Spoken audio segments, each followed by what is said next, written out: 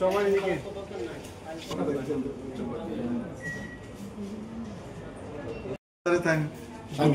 সাংবাদিক লেখক মানবাধিকার কর্মী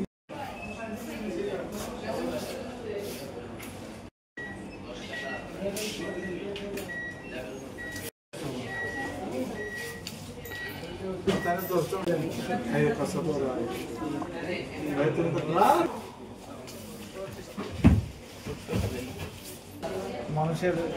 যে চারিত্রিক গঠনের বিষয়ে